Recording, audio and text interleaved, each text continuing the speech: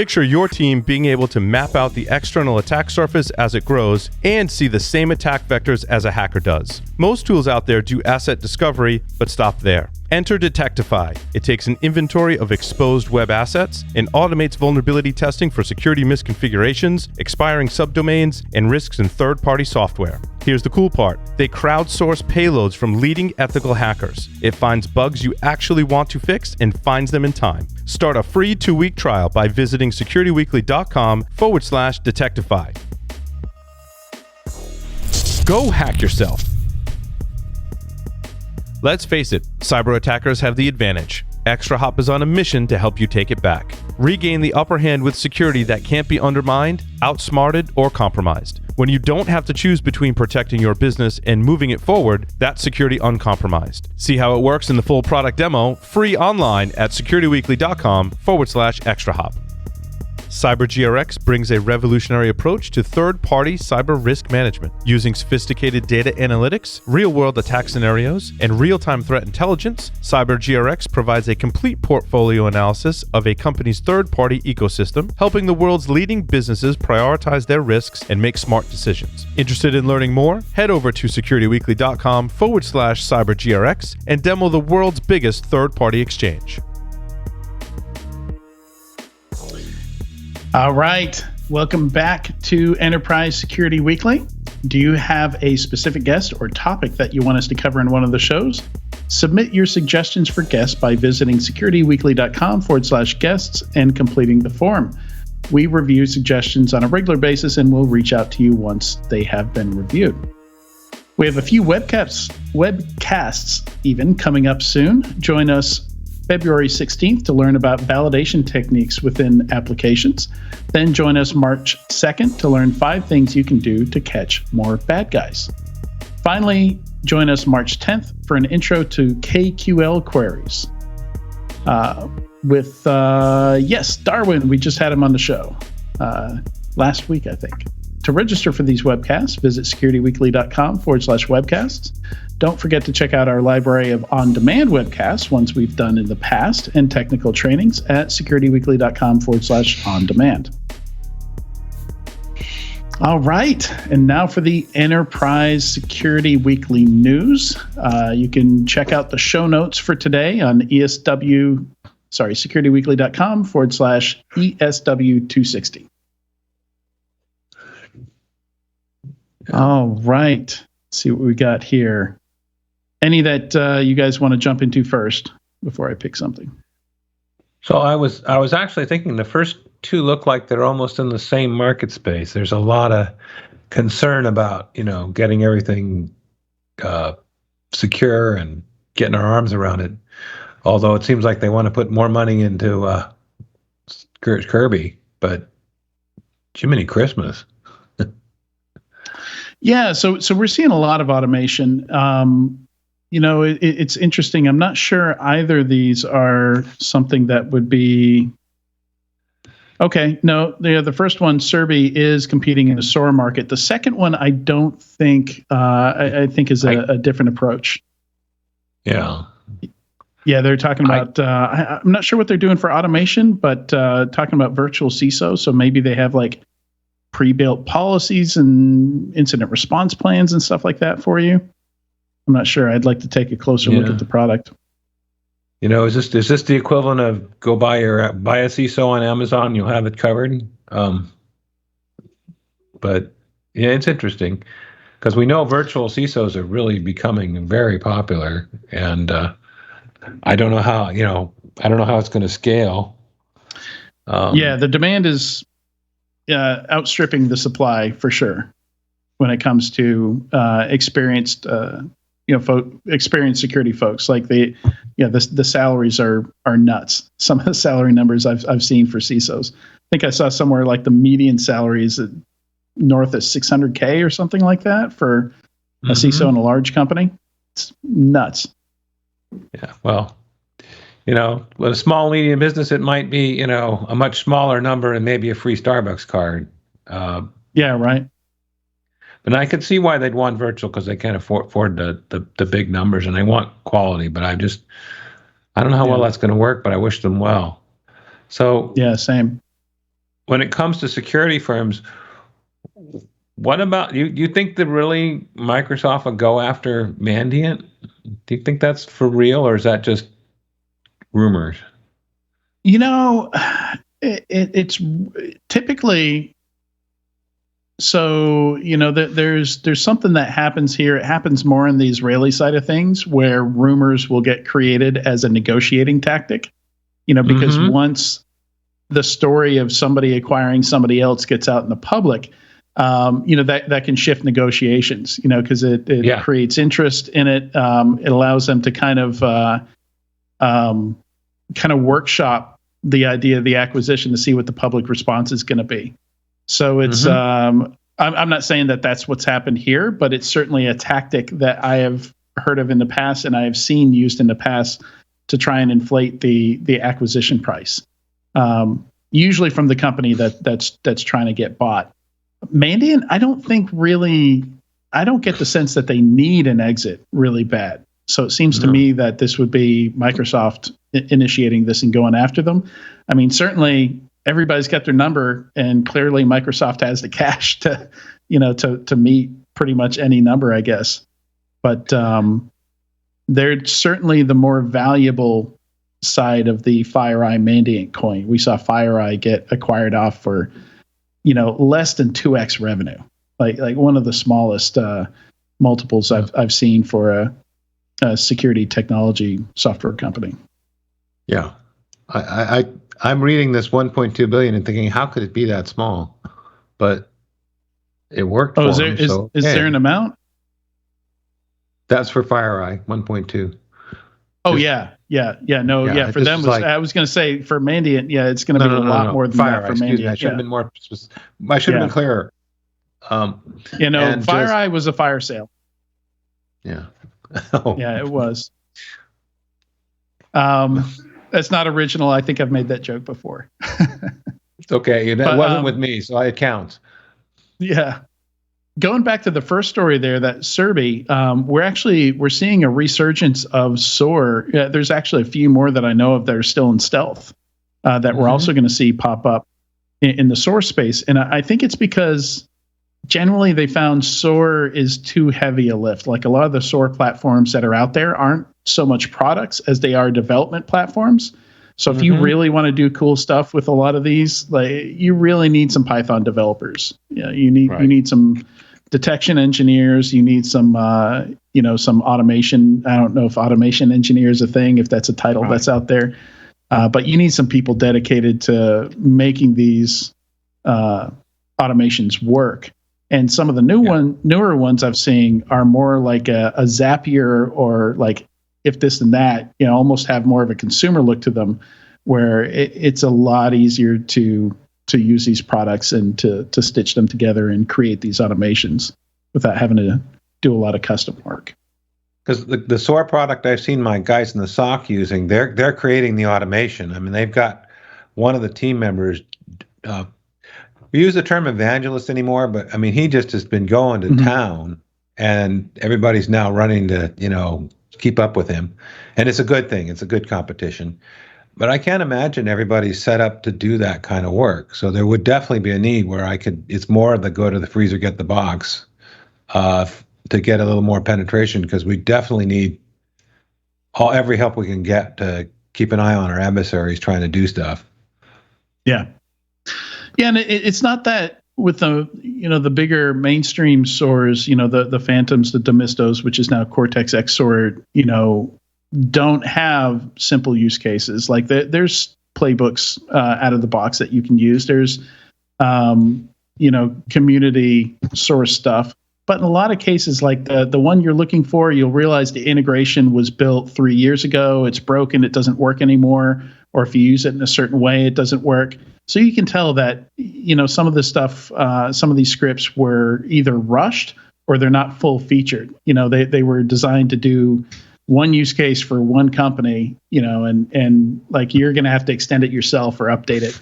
It's really going to be on the customer in a lot of these cases, just because there's so many, like every product has an API now, and one SOAR company can't build all these integrations themselves and maintain them all. That sounds like a kind of joke I'd play, putting out a single purpose app for general free use. But I'm an old curmudgeon. Yeah, there are smarter people out there than me. Oh well. Anything jump out at you here, Katie?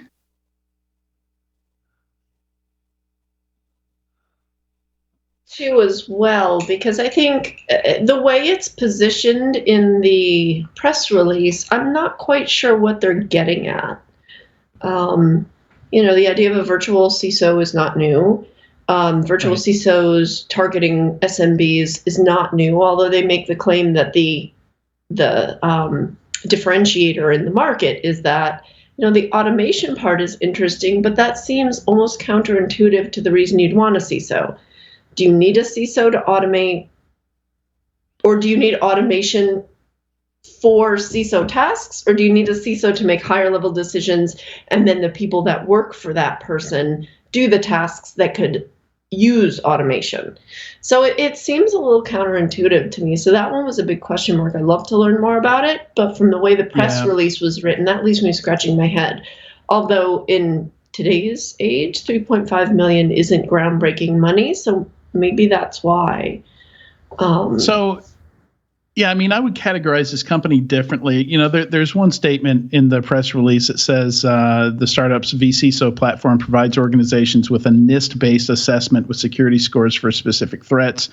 It sounds to me like it's a self-questionnaire. And there's lots of apps like this, that are kind of self-guided questionnaires that you fill out the questionnaire and it'll prioritize tasks and things like that for you. But I think calling it a virtual CISO platform is going too far. Yeah. Sorry. To me, that's not a virtual CISO at all. That might fit in more to number 4 almost, the SecurityScorecard acquisition, something that they would integrate or have as an add-on kind of thing.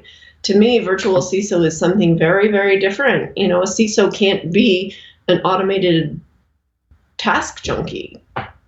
That shouldn't be the role of the CISO. So it's a little off for me. I was confused, and again, I don't know enough about it. I simply read what was provided in the link, but it's real virtual CISO or a fractional CISO can talk to the board for you, can update the board or advise the board. A vCISO platform cannot do that. Yeah. Not even with AI and ML? No. That sounds like a nightmare, like setting some kind of like chat bot loose on the board talking about security. Like, no, you're saying too much. Dave? Stop. I don't think you should be doing that, Dave. Yeah. Oh boy. Sorry. So moving on, let's see. So another, again, it's interesting because FireEye, we were talking about FireEye going for cheap. They were the software company. And then on the flip side here, we see companies like Arctic Wolf and we see Mandiant, who have a large chunk of their revenues from services, which traditionally, we're told, you maybe get 2-3x, on those kinds of businesses, almost a factor of 10 lower than you would get for a product company, for a software product company. And we're almost starting to see the opposite of that here with some of these. So either they're picking up companies with services, and obviously after being combined with FireEye, Mandiant actually does have quite a few products. So when they split FireEye and Mandiant, both of them still had services, both of them still had products. So both of them were still a mix. Publicly, I think most of us associate Mandiant with their incident response services, but they do have products as well. Like I think the breach and attack simulation product went with the Mandiant side versus the FireEye side is mostly detection and response products.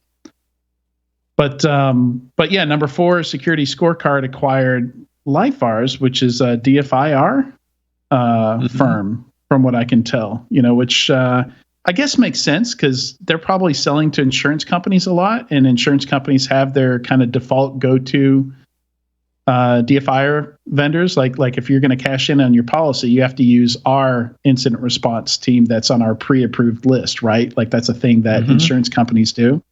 And maybe that's the play here. SecurityScorecard gets to sell not only their SaaS product with third-party vendor ratings, but also, here's a DFIR team, here's a breach response team. Yeah. So are they providing the response team as well, or is that just the dashboard? I mean, I'm reading it. It almost sounds like they have a paid cadre of experts. Yeah. Yeah, that's right, Katie. Yeah. These are professional services. This is a consulting firm. Yeah. Yeah. Okay. I mean, it sounds like a good idea, an expensive idea. Professional services are always more expensive than software, but it's an interesting play. Well, it's lucrative. Generally when you're calling somebody for incident response to come out tomorrow, it's not the same rate you get for scheduling a pen test 6 months from now. It's a very different rate. It's not the blue light special. It is not. You get to pay all the monies when it's an emergency. All the monies I don't know LIFARS, if that's how you pronounce it. Well, I've heard of them. If they're a top-notch team, then people will absolutely pay for really, when you're in a bind, you want the best. In fact, they're not only top-notch, they are, where is the statement in the press release? Somewhere in here, they're the premier, like the way they the way they word it. It's like, Mandiant who? Like we've never heard of Mandiant. We're the best. But yeah, certainly. They look like they're fairly large. I think around 50 employees. So not a small practice, not a huge one, but for DFIR, 50 employees is pretty sizable. Yeah, I would expect, half to a little more than half of that would be, folks going out and billing hours.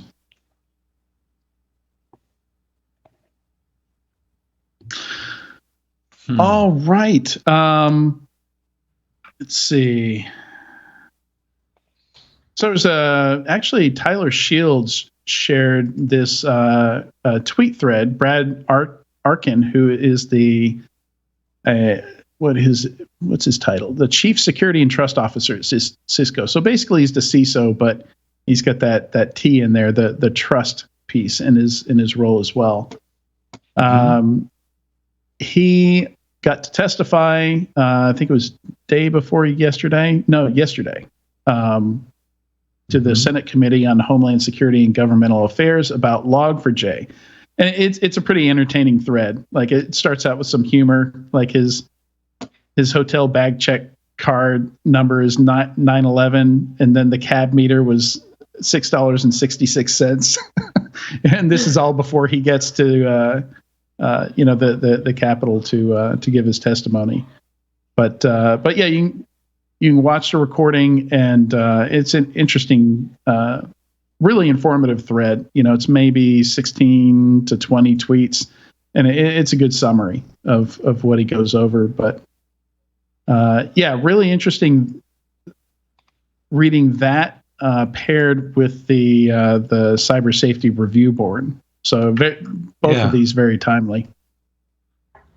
I read through the actual testimony. I didn't read through the tweets, but it was well thought out, well put together. I thought it was fairly sincere. Obviously there's a little bit of a public face put on this, but I thought he really did a good job. He was honest about what they could do, what they couldn't do, where some of the problems were. But also address some of the issues that, happened back, hearkening back in previous issues, and how much they'd improved, leveraging, we were talking about automation before, leveraging automation, leveraging some of the newer tools themselves that allowed them to respond faster and allowed them to help their customers more. And I don't think it's realistic to expect that we're never going to have breaches, but the best thing, or vulnerabilities, but the best thing you can do is be able to respond quickly. And so I thought that was a good thing to read. I thought it was very positive. He's very well spoken, obviously. I don't think you could be in that role without it, but it was an interesting read, a little long, but I think it was a good statement for the industry overall. Yeah, and what do you guys think about the Cyber Safety Review Board? Is this something that's, it's very federal heavy, as far as the folks that make it up. Is this something that's going to move the needle, or is it, just another one of those things that they're going to do to say, hey, we're really serious about this? Well, we got a bunch of heavy hitters. Not all of them are federal, although I know they all have federal experience. Not all. And some of them, I'm hoping everybody who's looking at that list recognizes at least one of the names. What concerns me is not so much the composition of the team. I think that's an awesome composition. I'm just not so sure that they should start with Log4j, doing a postmortem and whatnot.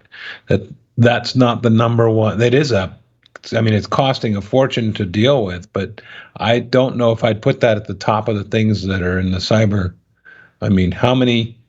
How much have we had lately with critical infrastructure and ransomware? And those things are just, wreaking havoc. I don't want to de-emphasize Log4j, but still. So yeah, I will agree say with that. I think it's a little ambulance chasing, and this is a great group of people who could tackle. I'm again not de-emphasizing Log4j or what happened. No. However, there are other problems which I think are a lot bigger. Mm-hmm. And this group so could I will certainly tackle. I will say that probably several of these folks and the government in general know a lot more than we do about the fallout from Log4j. I've heard rumors that quite a few companies got popped as a result of Log4j, and that's not in the public yet. Remember back when the Struts 2 vulnerability came out, I think it was 5 or 6 months after the vulnerability was announced that we finally found out that Equifax had gotten hit. I think the vulnerability was announced back in February or March, and we didn't know that Equifax had gotten hit until August. So we're still very early days on Log4j. And last time I saw it, the list was like 2,500, 3,000 software vendors affected by Log4j. Mm-hmm. So, I'm not sure we've seen a whole lot. That's really been like a remote code execution, trivial to exploit, trivial to get around defenses like WAFs. We've not seen, like Shell Shock was pretty bad. It's kind of in the same category, and there was Shell Shock is probably a good comparison, but this is so much more widespread than that. I think Vericode's a study from Vericode in 2018 said a third of all Java applications that they surveyed used Log4j. Well, that's certainly fair. We're looking at I'm looking at this as a short-term thing. But you're right. Maybe not enough time has passed, and maybe the prescience here is more important. Well, and I think it's. So I'm going to disagree with you guys and say I think it's an excellent place to start because it's almost like a worst case scenario. Like it's broadly used in tons of third-party applications and in, private applications. It's very hard to find because it's a single file. It's not like a software package. So it wasn't in, like a lot of people didn't have an asset inventory or software asset inventory that went down to the library level. You saw some vendors, it took them like a month, to complete their list of affected applications. Very interesting because like some vendors, by Monday they had the complete list of their affected applications, And some vendors, it went until January that you saw their complete listing. And, it's almost kind of like a view into some of those organizations and how prepared they were for this. So I think if you're going to use an example, it's a pretty good one. Like if we can get good at Log4j, then that's a good template for just getting very good at preparing for supply chain type issues. Yeah. And if they turn something around fairly quickly and keep moving, it no problem.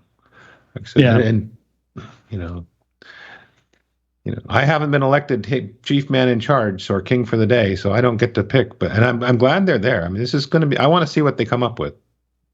Yeah, I mean, what's the output here? Is it a report, like list of recommendations? Yeah, I'm not sure what recommendations, lessons learned, best practices, kind of stuff. Okay, is my read. Okay. Yeah, so there's a lot of that stuff coming out of the federal space right now with the White House stuff, the executive order from last year. They got to be feeling some heat on the federal side. I don't know how much of a sense you have of that where you work, Lee. We got lots of heat coming on the federal side for a bunch of stuff. I mean, between the executive order and some of the new directives, like the one, and it was in the tweet, by the way, the 2201. I mean, binding operational directive, where we're supposed to keep comparing the CISO list of vulnerable software against our list and report what we're fixing by what deadlines. We're getting an incredible amount of oversight right now. A record number of data calls, finding out how we're done. We do a lot of things in the government by doing a data call as opposed to automation, because the automation is hard to get in place and hard to get consistent. So a lot of overhead, right? We're good at creating it and good at bureaucracy. We're really good at it. Unfortunately, we're trying to get better at automation. So the story number 6 here, this is always, I mean, I'm almost kind of burned out on investment numbers at this point. We've already, I don't know if you've been on for any of these, Lee, but we've talked about how big of a record cybersecurity spending was, at least from an investment perspective in 2021. But the numbers are just crazy numbers. The $77.5 billion in M&A volume, and almost $30 billion in investments in the cybersecurity space, which is the thing that really got me here as they go through the highlights in this stuff was the statement, investment in cyber is keeping pace with threats. And that almost struck me like a slap in the face. It was like, that's not a good thing. Like keeping pace with threats means you're not making any ground, like you're standing still, right? Yeah. Am I reading that wrong? You're running to keep up. The amount I spent in caulking kept pace with the leaks in my faucets. Yeah. Right. Yeah. That's a good analogy. And I mean, we still have the talent gap. I mean, we're spending all this on other stuff. Is the talent gap closing? I mean, I don't think so. But what we got to choose from is getting way better in terms of products and options and support. Yeah, I mean, I think I put this in the show notes, but my take is this just makes it all the more clear as the investment side of this, the vendor side of this have a record year. They're their biggest year ever. And then also on the losses side, we're also having our biggest year ever. In fact, I think it matches. I think the amount of no, I take that back. I think the crypto stolen was 20 billion. But it was like I think that was the total ransom payments. I think I saw that from the FBI. I forget exactly the source. And then the investment is 30 billion. So yeah, I mean, good year for criminals, good year for investors and vendors, bad year for everyone else. So the way you put that, I'm reminded of a line from the movie Tomorrowland: simultaneous epidemics of starvation and obesity. the two ends, right? Yep. Yeah, that's good. Sorry, what were you saying, Katie? No, that pretty much covered it. Yeah, that was a good one. Simultaneous epidemics of starvation and obesity. Yeah. All right. Shall we move on to the squirrel story? Yes. It's as amazing. I'm looking to renew my car lease, we have to talk about cars. So if you want to talk about what car I should get, we can do that too to fill up time. No, we don't need to fill up time. I think we're doing good. But but yet just an amazing story, speaking of cars. So the first two words of the story here are Florida man. So you already see where this is going to go. A Florida man says he jumped from a stolen car seconds before it was hit by a train, which sent it flying into a nearby home. So let's break this down a little bit. He says the reason he stole the car in a good faith effort. Good faith effort. Wow. I'm stuck there. Let's back up a little bit more. He finds police to tell them all this in the first place after all this stuff has happened, which we're going to get into. So he's a good Samaritan. He volunteers it to police. He says, hey, I stole a car in a good faith effort to find my own car.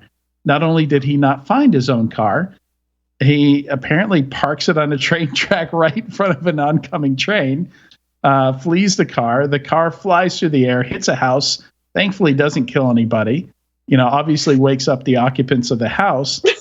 And then he vandalizes a fruit stand and steals the fruit stand's forklift to continue his search for his car. I love this. There's so much drugs are not mentioned. I love it. Drugs and alcohol are, well, I take that back. The story does begin at a bar. So I take that back. A Florida man walks into a bar. Yeah. I guess he'd never heard about Uber or Lyft or even just a traditional taxi or a friend. Maybe he had a friend. Maybe one of his bar friends could have driven him to find his car. And there's some great. There's some great. My favorite quote here is: "The homeowners were fine, but the explosive sound of a driverless car smashing into the side of their home was clearly jolting." The sheriff's office said. This guy is one of these guys that doesn't know to stop when he's digging when he's hit the bottom of the hole, does he? Yeah, man. He just kept going, and he's just. I'm gonna drop the picture. Maybe not in the Discord, in the Slack, so you can kind of have like a photo to go along with this as you're imagining this guy. I think this falls under the category of stupid human tricks. Like, it just keeps getting worse. First, he's at a bar, then he decides to get in a car and drive, but it's not his car. So then he leaves it. He tells the police about it. Then he goes to a fruit stand. I mean, because who wouldn't want to go find a forklift at a fruit stand? That would be my most obvious choice. I guess he stole the forklift to pick up the car from the house where it crashed. That's what he was doing. I don't know. Yeah. Well, I mean, that's what forklifts are for, right? Yeah. Yeah. And then flagging down police. It's incredible. A series of events that you could never, like a fiction writer couldn't put together this series of events. I know. I've been working on my theoretical book for years, and this dude came up with a plot that's way better than anything I could envision. Hey, can you imagine trying to write this up as an arresting officer without just dying laughing? They sounded like they deserve some levity in their day. This is great. Yeah. Yeah. In fact, when they did write it up for the Martin County Sheriff's Office has a Facebook page, which is what this comes from. In all caps, they say no title could explain this case, but the details will. Well, it's best to just read on. And then they give it a title. They call it Train versus Vehicle versus House. So yeah, I'm pretty sure they were enjoying this down at the station. Oh, bless them. This is All great. right. That's all I've got for today. Thanks to Katie and Lee for joining me today. Thanks, Lee, for joining on short notice. Big thanks to Tyler Robinson for joining and being our first guest interview on very short notice. Thanks to Brandon Williams for a great conversation. And thanks to Florida Man for a nice light end to the news here. And a big thanks to everyone for watching or listening to this week's episode of Enterprise Security Weekly. We will see you next week.